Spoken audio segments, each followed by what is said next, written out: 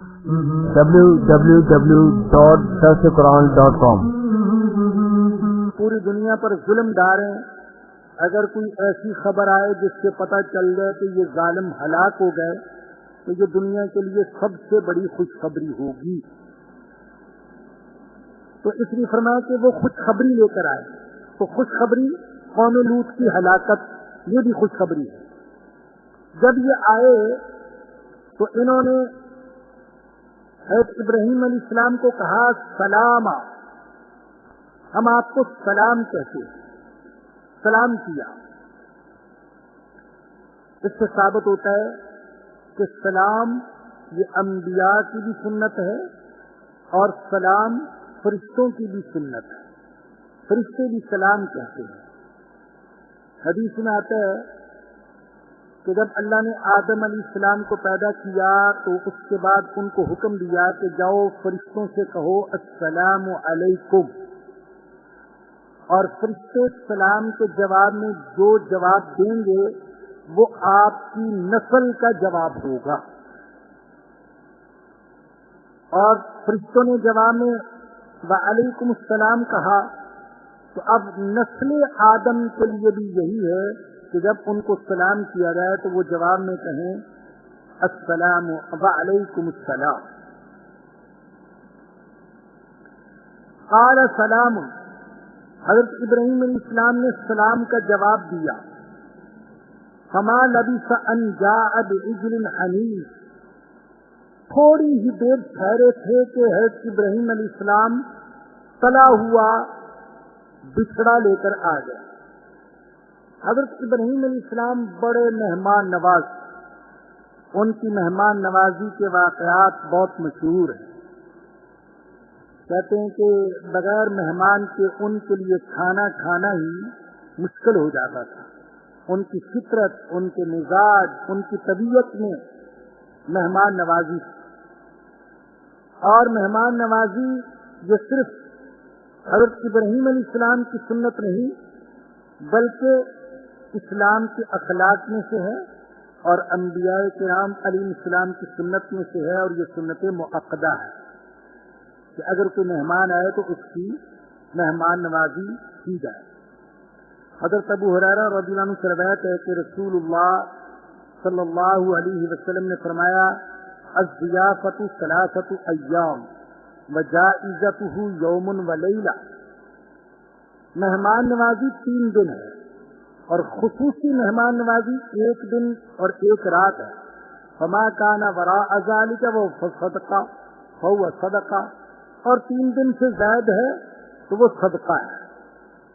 تو 1 دن تو خصوصی مہمان نوازی کی جائے. ظاہر ہے کہ اس سے مراد وہی مہمان ہے جو تعلق کی بنا پر، رشتے کی بنا پر، محبت کی بنا پر دور سے آیا ہے، خلوص کے ساتھ آیا ہے، تو اس کی 1 دن خصوصی مہمان نوازی کی جائے. خاص کھانا کھلانے کی کوشش کی جائے جو اپنے بس میں ہے، جو اپنے اختیار میں ہے. اور پھر 3 دن عمومی مہمان نوازی، اور اس کے بعد جو کچھ ہے وہ پھر صدقہ ہے. تو ظاہر ہے کہ مہمان کو بھی چاہیے کہ وہ اپنے میزبانوں کا خیال کرے. ایسا نہ ہو کہ مان نہ مان میں تیرا مہمان، زبردستی آ کر مہمان بن گیا. آج کل ویسے بھی مصروفیت کا زمانہ ہے، ہر شخص مصروف، ہر شخص، میں تو کہتا ہوں دیوانے بھی مصروف، جن کو ہم سمجھتے ہیں پاگل ہے اس سے بھی پوچھو تو وہ بھی گھڑی دیکھے گا، کہتے ہیں اس وقت میرے پاس فرصت نہیں ہے. تو ہر شخص مصروف ہے، ایسا مصروف ہے کہ کولو کے بیل کی طرح بس گھوم رہا ہے. صبح سے رات تک وقت ختم ہو جاتا ہے مگر کام ختم نہیں ہوتے. تو مہمان صاحب آ گئے اور آ کر جم گئے، اب جانے کا نام ہی نہیں لیتے. اور دوسرے کا لحاظ نہیں کہ وہ اس وقت مصروف ہوگا. آج کل اللہ پاک نے اتنی سہولتیں پیدا کر دی، ہر شخص کی جیب میں موبائل ہے، جمعداروں کی جیب میں موبائل ہے اور ٹھیلے والوں کی جیب میں موبائل ہے. گدا گاڑی پر جا رہا ہے اور موبائل وہ بجاتا ہوا جا رہا ہے اور سنتا ہوا جا رہا ہے. تو بھائی آج تو اتنی سہولتیں ہیں، کم از کم موبائل کے ذریعے سے آنے کی اطلاع کر دیں کہ میں آ رہا ہوں، اچانک آ دھمکا اور کہتا میں تو مہمان ہوں. تو یہ غلط طریقہ ہے، یہ دوسروں کو تکلیف دینے والی بات ہے.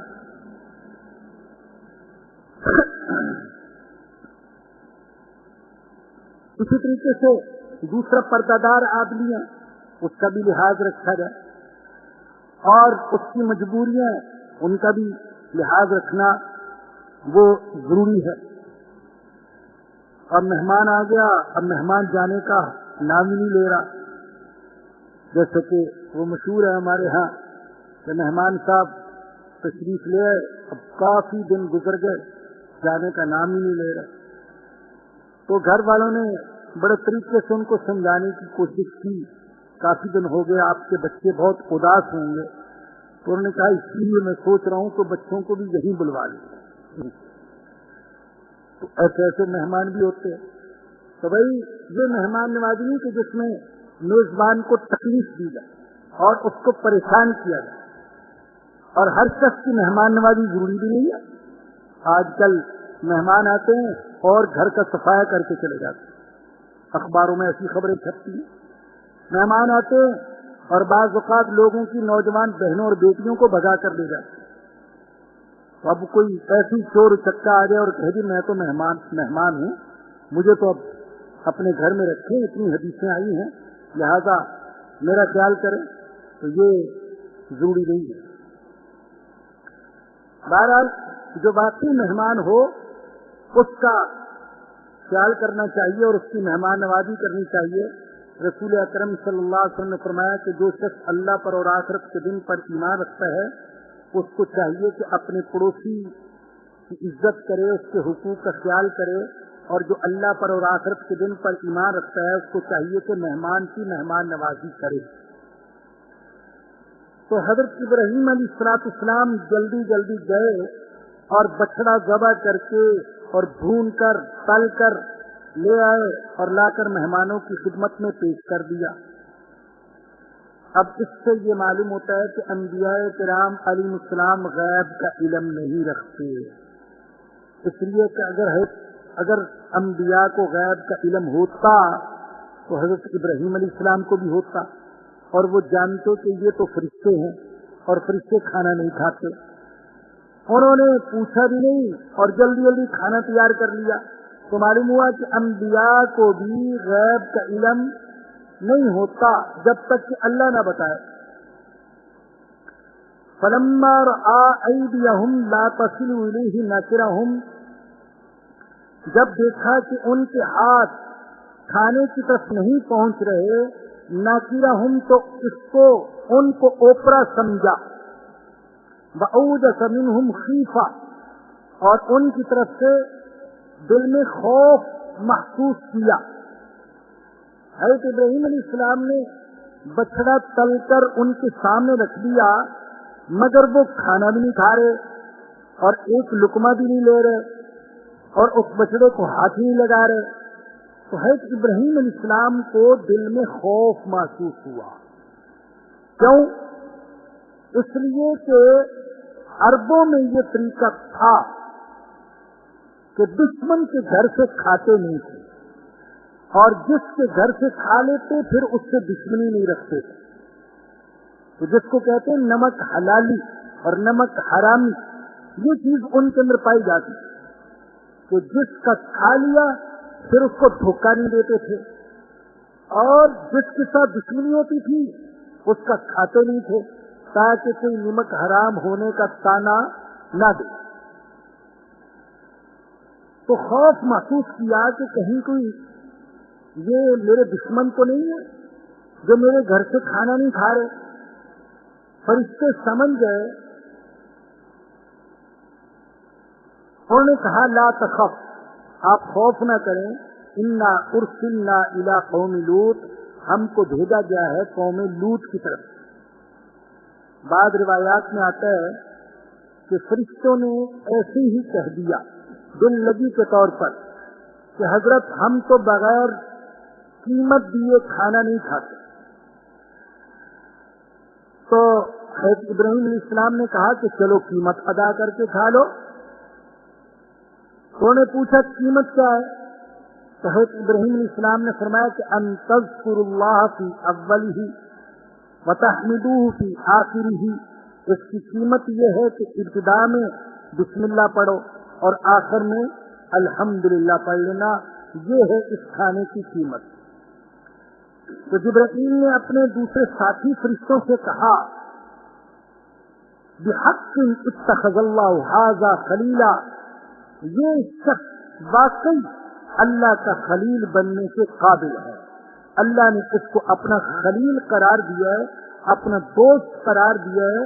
تو یہ ایسے نہیں قرار دیا بلکہ یہ واقعی اللہ کا خلیل اور اللہ کا دوست بننے کے قابل ہے.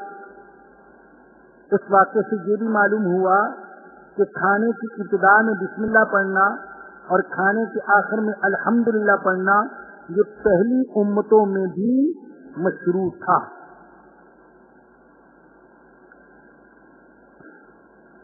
وامرأتہ قائمۃ. حضرت ابراہیم علیہ السلام کی بیوی کھڑی تھی. فضاحکت, وہ مسکرا پڑی. مسکرائی کیوں؟ ہنسی کیوں؟ ایک تو خوف دور ہونے کی وجہ سے. جب یہ تسلی ہو گئی کہ یہ دشمن نہیں ہے بلکہ یہ تو اللہ کے فرشتے ہیں تو خوف ختم ہو گیا تو مسکرا پڑی. یا اس لیے مسکرائی کہ انہیں قوم لوط کی ہلاکت کی خبر دی گئی اور میں نے کہا کہ ظالم قوم کی ہلاکت کی خبر یہ بھی خوشخبری ہوتی ہے. تو مسکرا پڑی. فبشرناہا باسحاق. تو اس موقع پر ہم نے ان کو خوشخبری سنائی اسحاق. اے بی بی خوش ہو جاؤ, ہم تمہیں اسحاق کی صورت میں بیٹا عطا کریں. ومن وراء اسحاق یعقوب, اور اسحاق کے بعد یعقوب کی صورت میں پوتا عطا کریں. بیٹا بھی دیں گے اور پوتا. ان کے نام بھی بتا دیے. بیٹے کا نام ہوگا اسحاق اور پوتے کا نام ہوگا یعقوب اور دوسرے بیٹے کا نام اسماعیل علیہ السلام. تو نیک بچوں کی خوشخبری مل گئی. تو حضرت ابراہیم علیہ السلام کی بیوی نے کہا قالت یا ویلتا اعلد. ہائے افسوس, ارے عجیب بات, کیا میرے ہاں بچہ پیدا ہوگا؟ میرے ہاں وَأَنَا عَجُوزٌ, اور میں بڑھیا. وَهَذَا بَالِي شَيْخًا, اور میرا شوہر بھی بوڑھا. تفسیروں میں ہے کہ اس وقت حضرت ابراہیم علیہ السلام کی اہلیہ کی عمر تھی 99 سال اور حضرت ابراہیم علیہ السلام کی عمر تھی 120 سال. کہتی ہے کہ میرے ہاں بچہ پیدا ہوگا, میں بھی بڈھی اور شوہر بھی بڈھا, تو کیا اسی حالت میں بیٹا پیدا ہوگا؟ یا یہ کہ اللہ مجھے جوانی عطا کر دے گا, میرے شوہر کو بھی جوانی اور پھر بچہ پیدا ہوگا؟ کیسے ہوگا؟ ان ھذا لشیء عجیب, یہ تو عجیب بات ہے, عجیب معاملہ ہے کہ شوہر بھی بڈھا اور بیوی بھی بڈھی اور بڑھاپے کی بھی انتہا اور بچہ پیدا ہو جائے.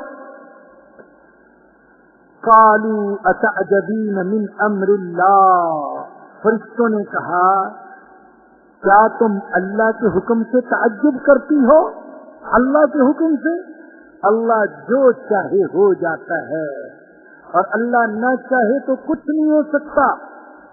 رحمت اللہ وبرکاتہ علیکم اہل البیت, اے اہل بیت, اے گھر والو, تم پر اللہ کی رحمت ہے اور اللہ کی برکتیں. اللہ اکبر. اس کا مفہوم میری ناقص سوچ میں یوں آتا ہے, فرشتے یہ کہہ رہے اے ابراہیم علیہ السلام کی اہلیہ, اے اس گھر والو, نبی کے گھر والو, تم پر تو دن رات اللہ کی رحمتیں نازل ہوتی ہیں, تم تو دن رات اللہ کی برکتوں کا مشاہدہ کرتے ہو, کیا تمہیں بھی تعجب ہے کہ یہ کیسے ہوگا؟ اللہ اکبر. ہاں،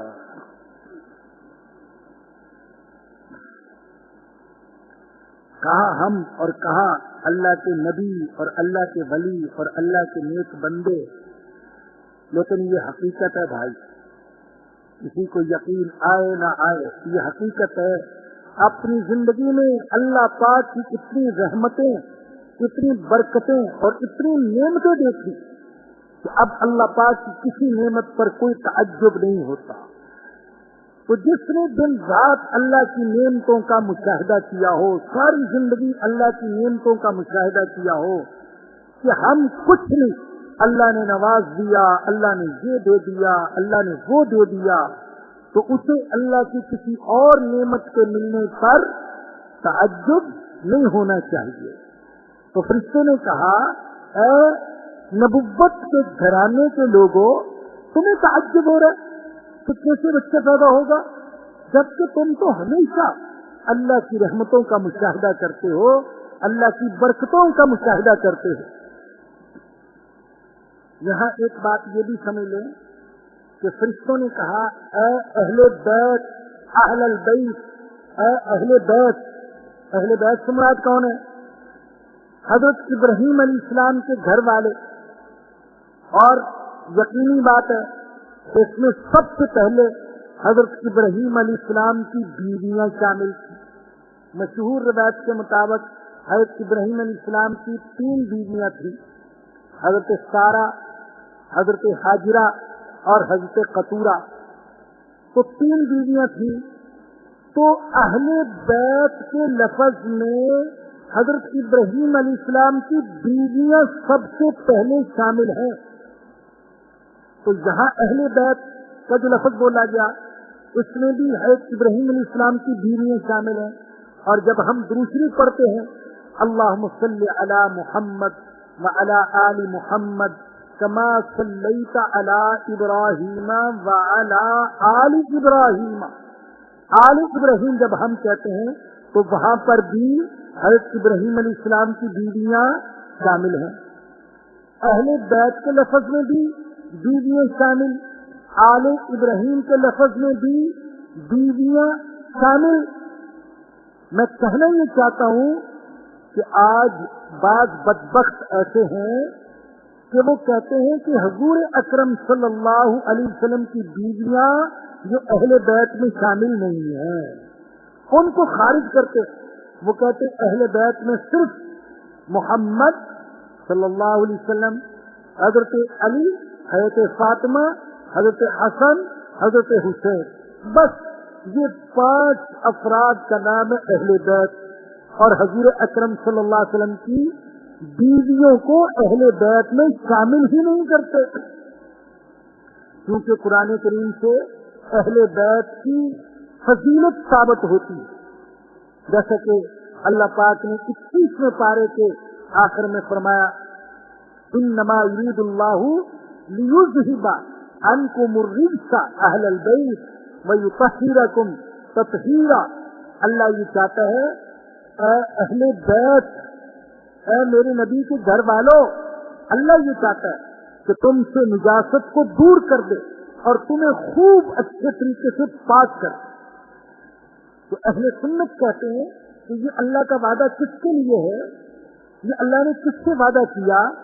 اس میں حضور اکرم صلی اللہ علیہ وسلم کی بیویاں بھی شامل ہیں، حضور کی بیٹیاں بھی شامل، حضور کے بیٹے بھی شامل، حضور کے نواسے بھی شامل، نواسیاں بھی شامل، یہ سب اہل بیت میں شامل ہیں. تو ازواج مطہرات کو اہل بیت سے خارج کرنا یہ تعصب، جہالت، نفرت اور عداوت کے سوا کچھ نہیں. مگر نہ لغت کو دیکھیں، قرآن کو دیکھیں اور عربی زبان کی اصطلاحات کو دیکھیں تو اہل بیت میں سب سے پہلے تو ازواج مطہرات شامل ہوتی ہیں. آپ اردو میں بھی دیکھ لیں، ہم جب کہتے ہیں میرے گھر والے، تو میرے گھر والے کیا اس کا مطلب جب میں کہوں میرے گھر والے تو میرا داماد تو اس میں آئے اور میری بیٹی تو آئے اور میرے نواسے اور نواسیاں تو آئے اور میری بیویاں اس میں شامل نہ ہو، یہ کیسے ہو سکتا ہے؟ جب کوئی شخص کہتا ہے ہمارے گھر والے، تو اس سے مراد سب سے پہلے اس کی بیوی ہوتی ہے، پھر بچے ہوتے ہیں، بچوں کے بچے ہوتے ہیں۔ لہذا اہل بیت سے ازواج مطہرات کو خارج کرنا یہ بالکل جہالت ہے۔ تو فرشتوں نے کہا اے اہل بیت، اے گھر والوں، نبی کے گھر والوں، نبی کی بیویوں، کیا تم اللہ کے حکم سے تعجب کرتی ہو جبکہ اللہ کی رحمت اور اس کی برکتیں تم پر ہیں؟ انہ حمید مجید، بے شک اللہ قابل تعریف ہے، حمید قابل تعریف ہے، اپنے افعال میں بھی اپنے اقوال میں بھی وہ ساری تعریفوں کا مستحق ہے۔ مجید، وہ بزرگ ہے، وہ کثیر الخیر ہے، اپنی صفات میں بھی اور اپنی ذات میں بھی۔ فلما ذهب عن ابراہیم الروع، جب ابراہیم علیہ السلام کا خوف دور ہو گیا، وجاءته البشرا، اور ابراہیم کے پاس خوشخبری آ گئی، یجادلنا فی قوم لوط، تو وہ ہمارے ساتھ جھگڑنے لگا قوم لوط کے بارے میں۔ حضرت ابراہیم علیہ السلام نے تو بات چیت کی تھی فرشتوں سے، لیکن اللہ نے فرشتوں کے ساتھ جھگڑنے کو تعبیر کیا اللہ کے ساتھ جھگڑنے، کہ وہ ہمارے ساتھ جھگڑنے لگا، ہمارے ساتھ بحث کرنے لگا۔ بحث کیا ہوئی کہ ابراہیم علیہ السلام نے فرشتوں سے پوچھا کہ کیا تم کسی ایسی بستی پر عذاب نازل کرو گے جس میں 300 مہمان رہتے ہوں، 300 مومن رہتے ہوں؟ کہنے لگے نہیں۔ پوچھا اگر 200 مومن رہتے ہوں تو ہلاک کرو گے؟ کہنے لگے نہیں۔ پوچھا کیا 100 مومن رہتے ہوں تو؟ کہنے لگے نہیں۔ پوچھا اگر ایک بھی مومن رہتا ہو تو اس بستی کو ہلاک کرو گے؟ کہنے لگے نہیں۔ تو حضرت ابراہیم علیہ السلام نے کہا کہ اس بستی میں اور نہیں تو کم از کم لوط تو موجود ہے، میرا بھتیجا لوط اللہ کا نبی اور ان کی بیٹیاں، تو اس ساری بستی کو تم کیسے تباہ کرو گے، اس پر اللہ کا عذاب کیسے نازل کرو گے؟ یہ بات کی حضرت ابراہیم علیہ السلام نے فرشتوں سے۔ لیکن یاد رکھیں کہ حضرت ابراہیم علیہ السلام کا فرشتوں سے یہ سوال جواب کرنا یہ بدتمیزی اور بے ادبی کی وجہ سے نہیں تھا، بلکہ دل کی رقت، دل کی نرمی اور دل کی لطافت کی وجہ سے تھا۔ اسی لیے اللہ نے حضرت ابراہیم علیہ السلام کی برائی نہیں بیان کی بلکہ تعریف کی ہے۔ ان ابراہیم لحلیم اواہ منیب، حضرت ابراہیم علیہ السلام کی شان میں اللہ نے 3 الفاظ استعمال فرمایا کہ بے شک ابراہیم لحلیم، بڑا بردبار تھا، بڑا تحمل مزاج، کسی سے انتقام لینے میں جلدی نہیں کرتے تھے۔ اواہ، بڑا نرم دل تھا، لوگوں کی تکلیف کو دیکھ کر آہیں بھرتا تھا، روتا تھا۔ یہ اواہ منیب، اور اللہ کی طرف رجوع کرنے والا تھا۔ یہ 3 تعریفیں تھی۔ ظاہر ہے کہ اگر ہے ابراہیم علیہ السلام کا فرشتوں سے سوال جواب کرنا معاذ اللہ بے ادبی کی بنا پر ہوتا تو اللہ اس مقام پر کبھی بھی حضرت ابراہیم علیہ السلام کی تعریف نہ کرتا، جبکہ اللہ نے حضرت ابراہیم علیہ السلام کی تعریف میں ایک کلمہ نہیں 3 کلمے ارشاد فرمائے ہیں۔ حلیم، اواہ، منیب، وہ بڑا بردبار تھا، وہ لوگوں کی تکلیفیں دیکھ کر آہیں بھرنے والا تھا، وہ اللہ کی طرف رجوع کرنے والا تھا۔ یا ابراہیم اعرض عن ھذا، اے ابراہیم اس بات کو چھوڑو، اس قوم کے ذکر کو چھوڑ دو، قوم لوط کے ذکر کو۔ انہ قد جاء امر ربک، بے شک تیرے رب کا حکم آ گیا، وَإِنَّهُمْ آتِيهِمْ عَذَابٌ غَيْرُ مَرْدُودٌ، اور ان پر ایسا عذاب آنے والا ہے جسے ٹالا نہیں جا سکتا، جسے لٹایا نہیں جا سکتا۔ اللہ نے قوم لوط کی تباہی کا فیصلہ کر لیا ہے، اور اب اللہ کے فیصلے کو کوئی بھی ٹال نہیں سکتا۔ لہذا اے ابراہیم، اس قوم کے بارے میں ہم سے بات نہ کیجیے، چھوڑ دیں۔ وَلَمَّا جَاءَتْ رُسُلُنَا لُوطًا سِیءَ بِهِمْ، جب ہمارے فرشتے لوط کے پاس پہنچے تو لوط علیہ السلام غمگین ہو گئے، وَضَاقَ بِهِمْ ذَرْعًا، اور ان کا دل تنگ ہو گیا، وَقَالَ هَٰذَا يَوْمٌ عَصِیبٌ، اور لوط علیہ السلام کہنے لگے یہ دن تو بڑا سخت دن ہے، بڑا مشکل دن ہے۔ حضرت لوط علیہ السلام حضرت ابراہیم علیہ السلام کے سگے بھتیجے تھے۔ جیسے ابراہیم علیہ السلام بابل سے آئے، عراق سے آئے، اسی طریقے سے لوط علیہ السلام بھی عراق سے آئے، اور ابراہیم علیہ السلام نے اپنے بھتیجے کو بحر میت کے کنارے کی طرف بھیج دیا۔ وہاں کئی بستیاں آباد تھی تو اس طرف بھیج دیا کہ تم وہاں جا کر اللہ کا پیغام ان تک پہنچاؤ۔ یہ علاقہ بڑا سرسبز تھا اور وہاں کوئی 6 لاکھ کی آبادی تھی۔ اللہ اکبر۔ مختلف قومیں مختلف بیماریوں میں مبتلا رہی ہیں۔ قوم لوط ہم جنس پرستی کی بیماری میں مبتلا تھی، اور اس بیماری میں قوم لوط ایسی مبتلا تھی کہ انہوں نے عورتوں سے نکاح کرنا ہی چھوڑ دیا۔ اس بدکاری میں اتنے آگے نکل گئے۔ تو یہ ہم جنس پرستی جو آج یورپ میں یہ بیماری بہت عام ہے، یورپ میں کیا تقریباً پوری دنیا اس کی لپیٹ میں ہے، افریقی ممالک میں یہ بیماری سب سے زیادہ۔ تو یہ بیماری آج سے نہیں آئی، بلکہ یہ بیماری قوم لوط سے چلی ہے، اور کہتے ہیں سب سے پہلے اس بیماری میں جو قوم مبتلا ہوئی وہ قوم لوط تھی، اور آج کی مہذب دنیا کے لوگوں نے اس کو قانونی طور پر جائز قرار دے دیا۔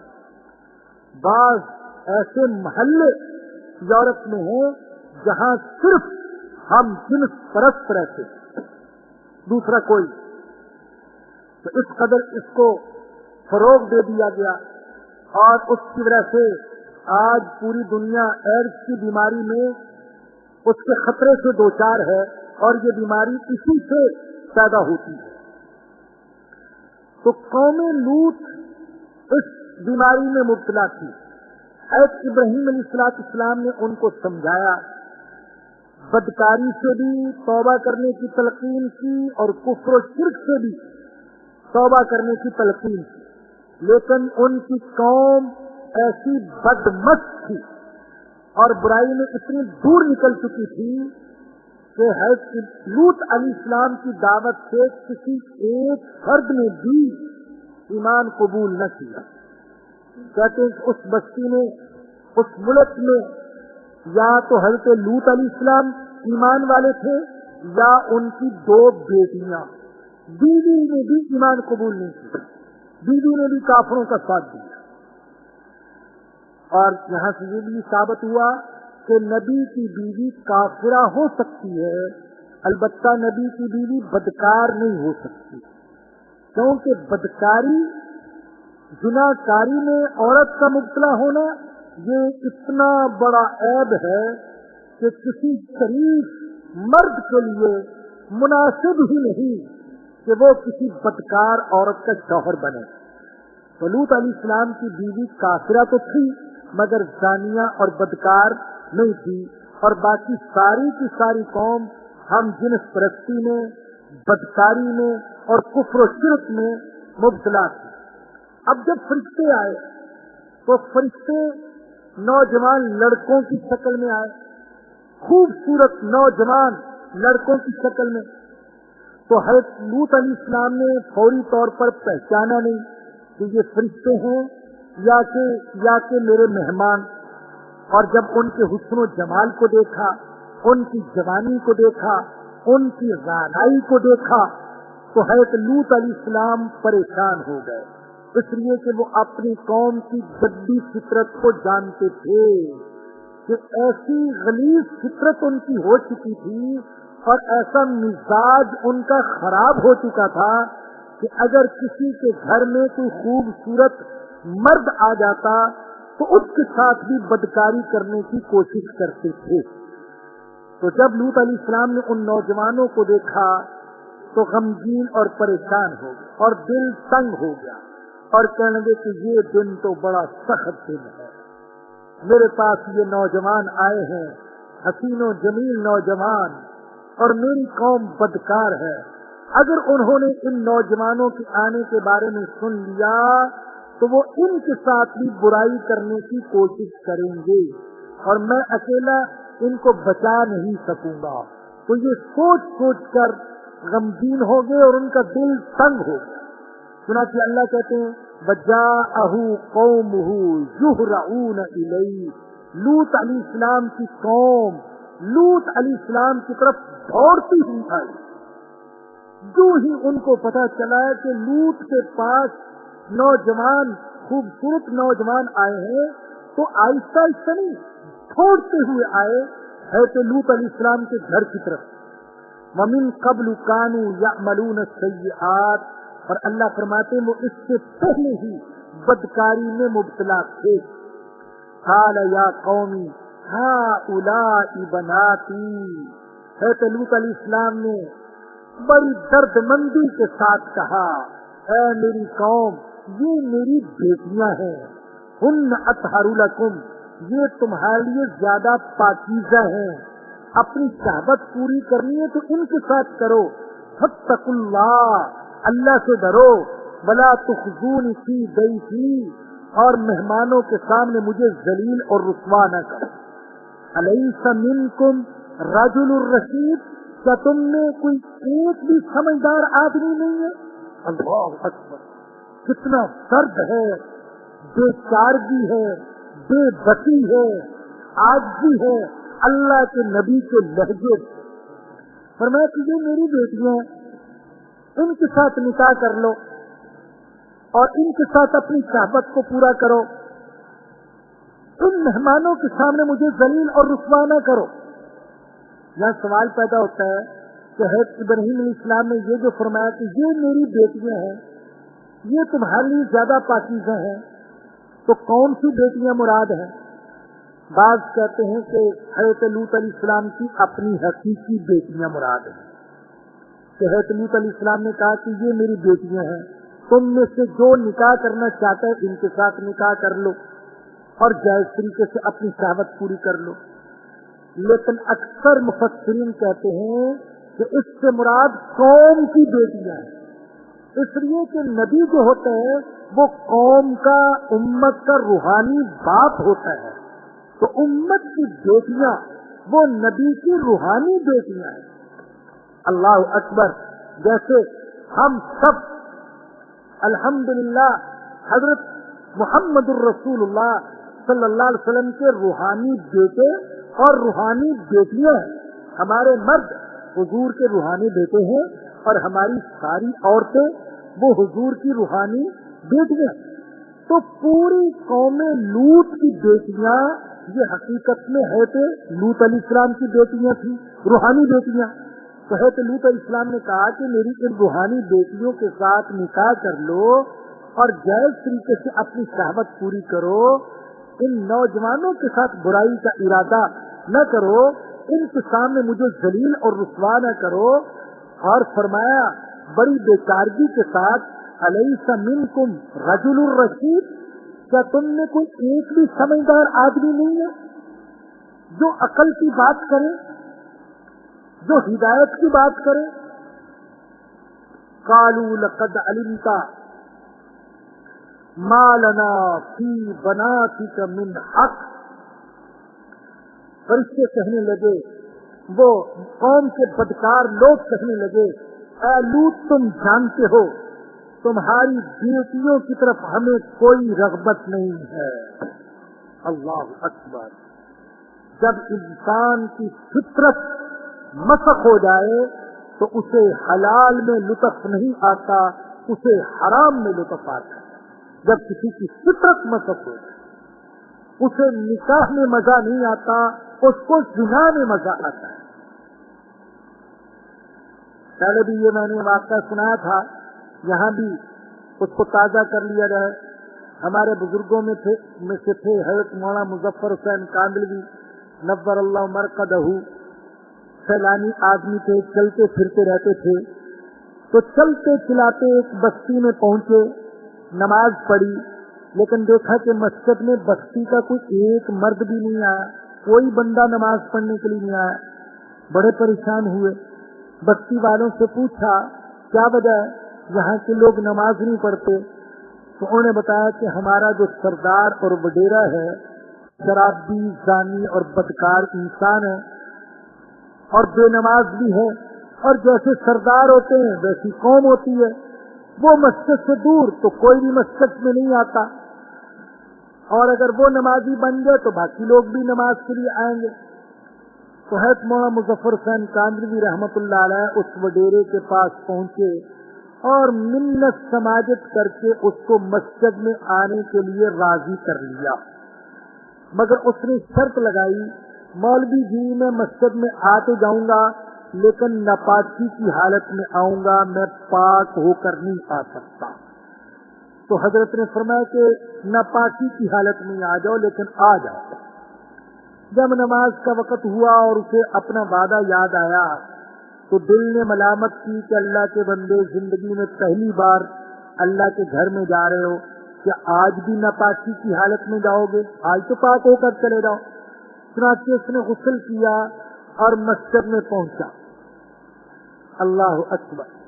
اور ادھر حضرت مولانا مظفر حسین کاندلوی رحمت اللہ علیہ نے رو رو کر اللہ سے دعا کی, اے اللہ تیرے فضل و کرم سے تیرے گھر کا راستہ دکھانا یہ میرا کام تھا, اب اس کی زندگی کو بدل دینا یہ تیرا کام ہے.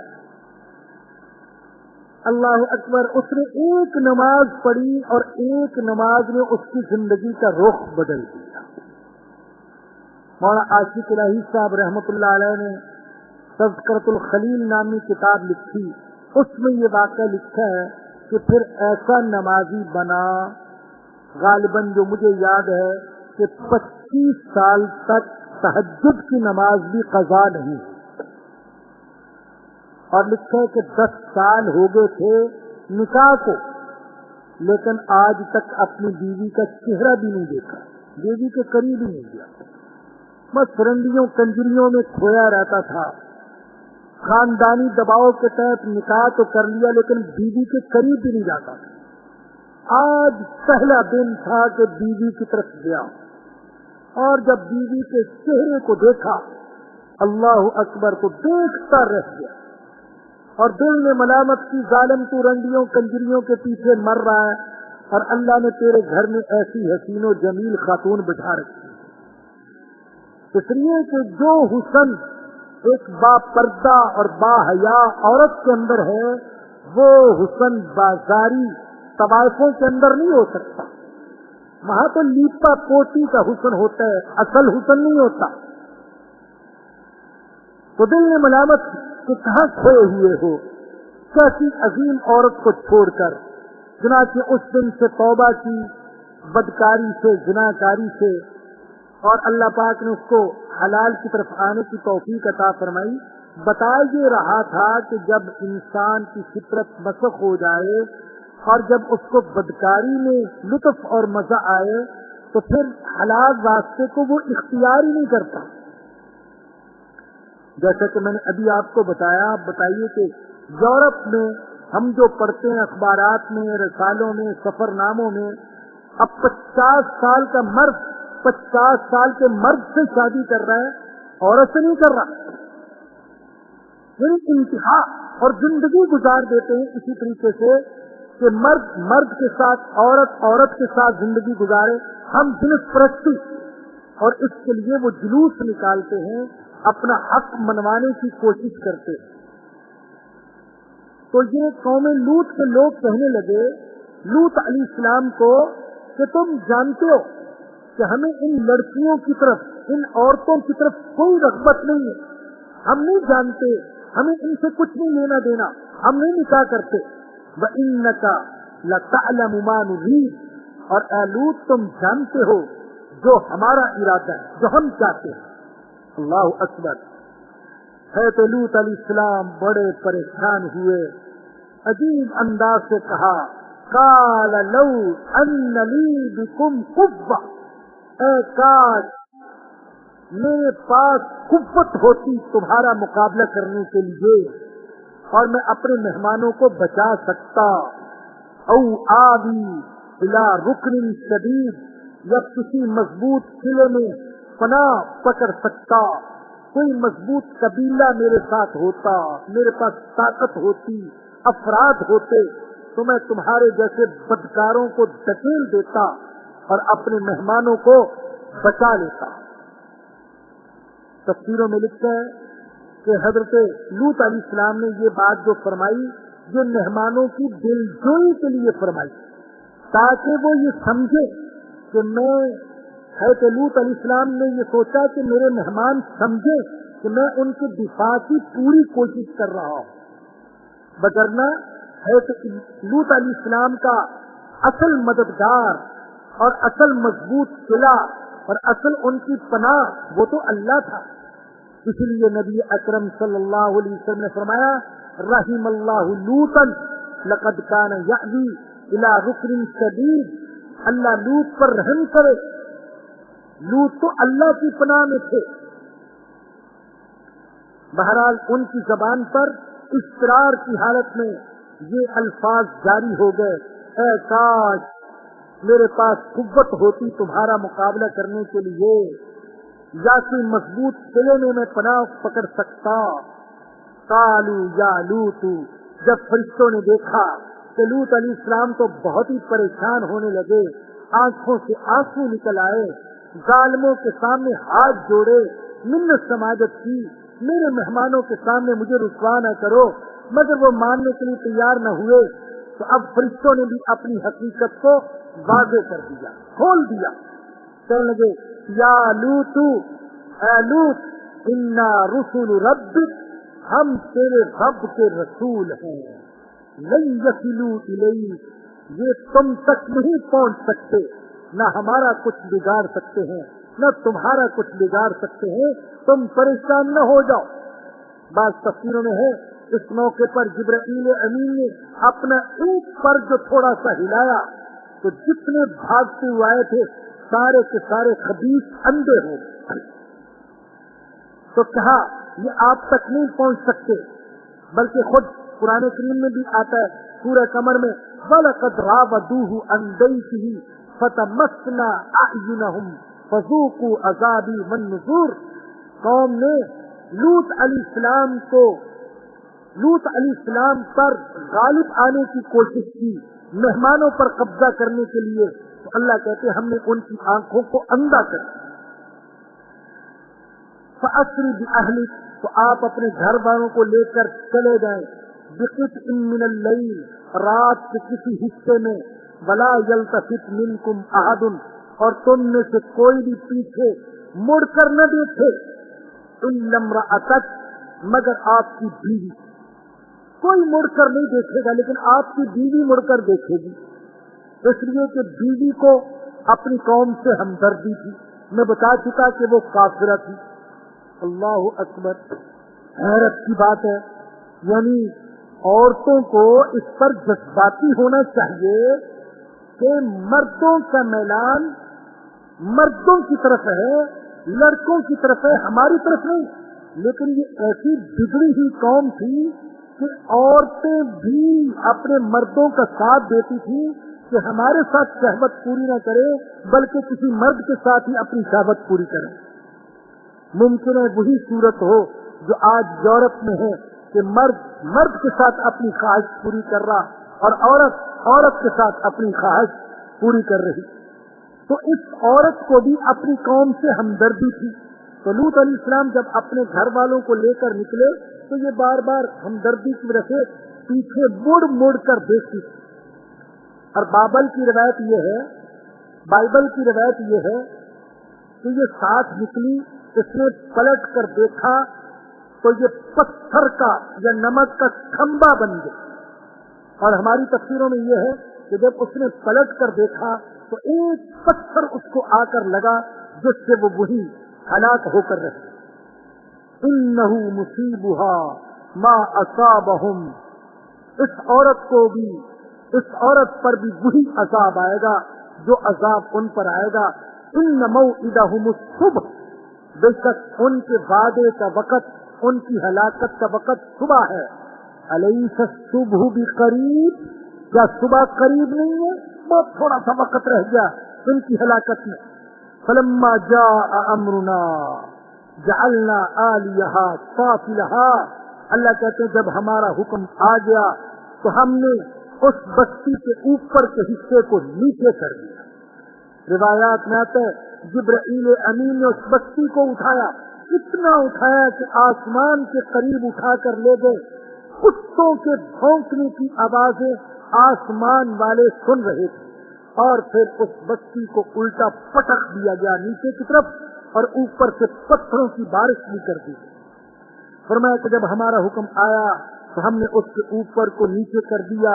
وَأَمْطَرْنَا عَلَيْهَا حِجَارَةً مِّن سِجِّيلٍ مَّنضُودٍ, اور ہم نے پتھر کی کنکریاں ان پر مسلسل برسائیں.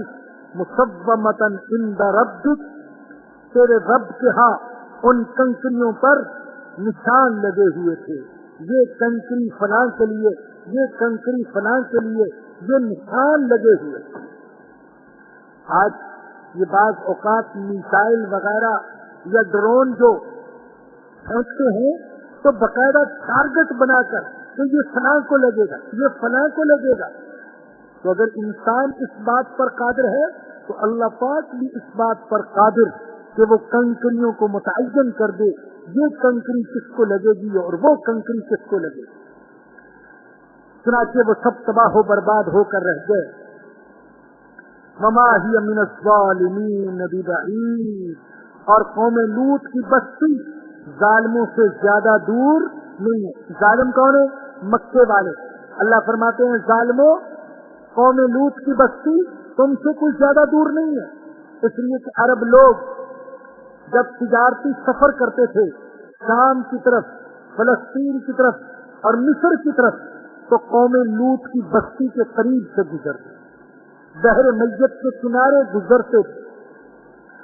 اور جہاں قوم لوط کو تباہ کیا گیا تو کہا جاتا ہے کہ وہاں آج تک اس پانی میں کوئی چیز زندہ نہیں رہ سکی. اور چونکہ یہ بحر میت کا جو علاقہ ہے جہاں پر قوم لوط تھی, یہ آج بھی بڑا سرسبز علاقہ ہے. تو وہاں ہوٹل بنے ہوئے ہیں تفریح کے لیے, اور پانی سب سے گاڑھا, نمکیات اس کے اندر بہت زیادہ. اللہ اکبر. تو ایک صاحب جنہوں نے اس علاقے کا دورہ کیا اور سفر نامہ لکھا تو انسان کی غفلت اور مدہوشی کو دیکھیں تو کہتے ہیں آج بھی, اب آج کا ترقی یافتہ اور بظاہر تعلیم یافتہ انسان اس جگہ پر جہاں پر قوم لوط پر عذاب آیا تھا اسی بدکاری میں ملوث ہو رہا ہے جس کی وجہ سے قوم لوط پر عذاب آیا. اللہ پاک ہمیں عبرت و نصیحت حاصل کرنے کی توفیق عطا فرمائے, اور اللہ ہمیں ہدایت عطا فرمائے, اور اللہ کی ہر نافرمانی سے بچنے کی توفیق عطا فرمائے. وآخر دعوانا الحمدللہ رب العالمین. الحمدللہ رب العالمین والصلاة والسلام علی سید الانبیاء والمرسلین.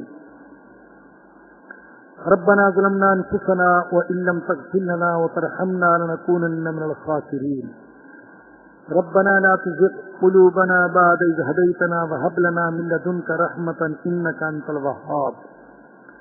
اللهم إنا نسألك من خير ما سألك منه نبيك محمد صلى الله عليه وسلم, ونعوذ بك من شر ما استعاذ منه نبيك محمد صلى الله عليه وسلم. یا رب العالمین یا ارحم الراحمین ہمارے حال پر رحم فرما۔ اے اللہ ہماری زندگیوں کو بدل دے، ہمارے دل دماغ بدل دے، تیری ہر نافرمانی سے بچنے کی توفیق عطا فرما، تیرے ہر حکم کو اور تیرے نبی کی ہر سنت کو زندہ کرنے کی توفیق عطا فرما۔ اللہ ایمان والی زندگی عطا فرما، ایمان پر خاتمہ نصیب فرمانا، اور قیامت کے دن اپنے پیارے حبیب صلی اللہ علیہ وسلم کی شفاعت نصیب فرمانا۔ یا اللہ ہمارے مرحومین کی مغفرت فرما، شیخ اسامہ اور ان کے جتنے ساتھی اب تک جہاد میں شہید ہو چکے، یا اللہ ان کے درجات بلند فرما، اے اللہ ان کی کمزوریوں کو معاف فرما، اور پوری امت مسلمہ میں جذبہ جہاد عام فرما، عالم اسلام کو اچھی قیادت نصیب فرما۔ یا اللہ ہمارے بیماروں کو شفا عطا فرما، جن گھروں میں لڑائی جھگڑے ہیں وہاں محبت اور پیار کی فضا پیدا فرما، جو والدین اپنی نوجوان اولاد کے رشتوں کے سلسلے میں پریشان ہیں ان کی پریشانی کو دور فرما۔ یا اللہ قرآن کریم کے سارے حقوق ادا کرنے کی توفیق عطا فرما۔ ربنا آتنا فی الدنیا حسنۃ وفی الآخرۃ حسنۃ وقنا عذاب النار۔ ربنا تقبل منا انك انت السميع العليم وتب علينا انك انت التواب الرحيم۔ صلی اللہ تعالی علی رسولہ وخیر خلقہ سیدنا ومولانا محمد وآلہ وصحبہ واہل بیتہ اجمعین، آمین برحمتک یا ارحم الراحمین۔ درسقرآن.com آپ کے لیے پیش کرتا ہے تفسیر قرآن مولانا اصل شیخوئی صاحب کی آواز میں۔ اور اللہ کہتا ہے یاد کرنے کے لیے آسان، پڑھنے کے لیے آسان اور سمجھنے کے لیے آسان۔ اس کے علاوہ اس مقبول ویب سائٹ پر آپ سنیے معروف عالم دین کے اصلاحی بیانات۔ تو اسلام کا نظریہ یہ ہے انا للہ و انا الیہ راجعون۔ ہم کو نعت، بچوں کے لیے اصلاحی کہانیاں اور بہت کچھ۔ محمد کا روضہ قریب آ رہا ہے، بلندی پہ اپنا نصیب آ رہا ہے۔ www.dasquran.com